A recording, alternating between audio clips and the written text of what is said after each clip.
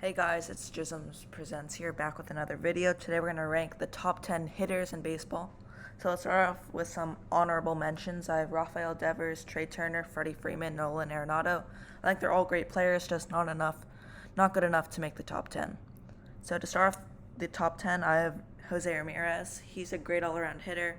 He bats 280 plus. He hits a ton of home runs. He kind of carries Cleveland. He gets stolen bases. He's an all-around amazing hitter. He's proven this for years, and I don't think there's any signs of him slowing down. He's also a great fielder, and Jose Ramirez is definitely one of the best players in baseball. At number 9, we have Aaron Judge.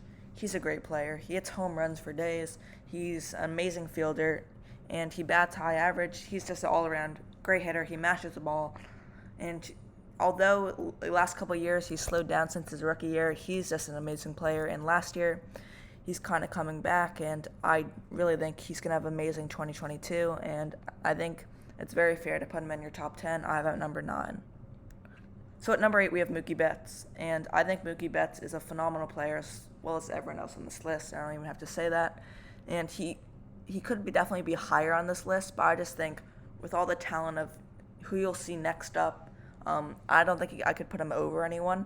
Again, he's an amazing hitter, high average, great stolen base guy. He's just a 5-tool player and also a great fielder.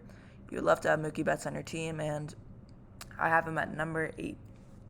So at number 7, I have the NL MVP last year, Bryce Harper, and he had an amazing year last year. I don't expect him to do as good this year, but you got to respect the MVP, and if you won MVP last year, I think you definitely have to be higher on this list. And I think he deserves to be better, higher on the list than the players already named, Mookie Betts, Aaron Judge, etc. Bryce Harper's an amazing hitter. He hits power, gets contact, high average, home runs. He can do everything. Bryce Harper is an amazing player.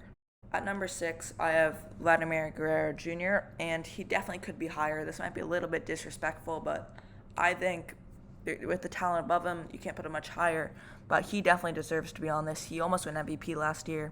He had an amazing year, and I think this year could be even better. As I'm recording this, he just had 3 home runs last game against the New York Yankees, and Vladimir Guerrero Jr. could definitely be a future Hall of Famer. High average, a lot of home runs, great player, and I think it's definitely fair to have him at number 6. At number 5 on my list, I have Ronald Acuna Jr. Again, another phenomenal player. He was injured a lot last year, and before that injury, he was looking like the number 1 player in baseball, and he is injured this year as well, but I think when he comes back from injury and he is back to his form, I think he could easily be the best player in baseball. From Vladimir Guerrero Jr. to who you'll see at the top, I think all of them are interchangeable pretty much and could definitely be the best player in baseball if they get hot. But I think right now Acuna, with injury problems, I have him a bit lower down, but when he's at full strength, he could easily be top 3 on this list. At number 4, I have one of the flashiest players in the league, Fernando Tatis Jr.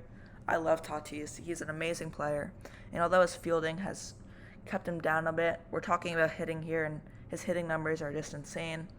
He had a ton of home runs last year. He gets stolen bases, and he's very clutch as well. Tatis also is injured this year, but if he was not, I think he could definitely be an MVP candidate, and I think for years to come, he will definitely be one of the best players in the league. I have Ohtani at 3, and some people might think he should definitely be higher, but keep in mind, we're just rating it off hitting and not hitting and pitching. If it was just overall player, I would definitely have Ohtani at 1. I think he's insane, and I still think he's the 3rd best hitter. I just don't think he's all around as good as the next 2 players on the list. And Ohtani had an amazing start to last year, and towards the end he kind of slowed down, but he still had the most home runs in the league, and with 46, and he is an amazing hitter, and he can also steal bases, and he pitches. Ohtani is amazing. Ohtani's my number 3 player in baseball.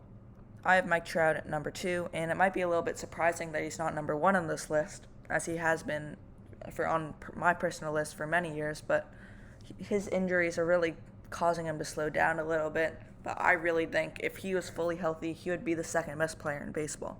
Trout is not only an amazing power hitter, but he also is a great contact hitter. He's clutch. He does everything you ask for. And Trout being at 2, maybe disrespectful, but I just really like the player at 1. Trout at 2, another amazing player. For me, the best player in baseball right now is Juan Soto. He almost won the MVP last year. After the home run derby, it seemed like things clicked for him. Juan Soto for me is just an all-around amazing hitter, and a lot of pitchers are deciding to walk him. He has such a high walk rate, and he gets on base more than anyone else in baseball. He's an amazing player, and he is, for me, the best player in baseball. So to recap all the rankings, at number 10 I have Jose Ramirez, 9 Aaron Judge, 8 Mookie Betts, 7 I have Bryce Harper, 6 I have Vladimir Guerrero Jr., 5 Ronald Acuna Jr., 4 I have Tatis, at 3 I have Shohei Ohtani, at 2 I have Mike Trout, and at number 1 I have Juan Soto. That's the video. Thanks for watching, guys, and I'll see you next time. Bye.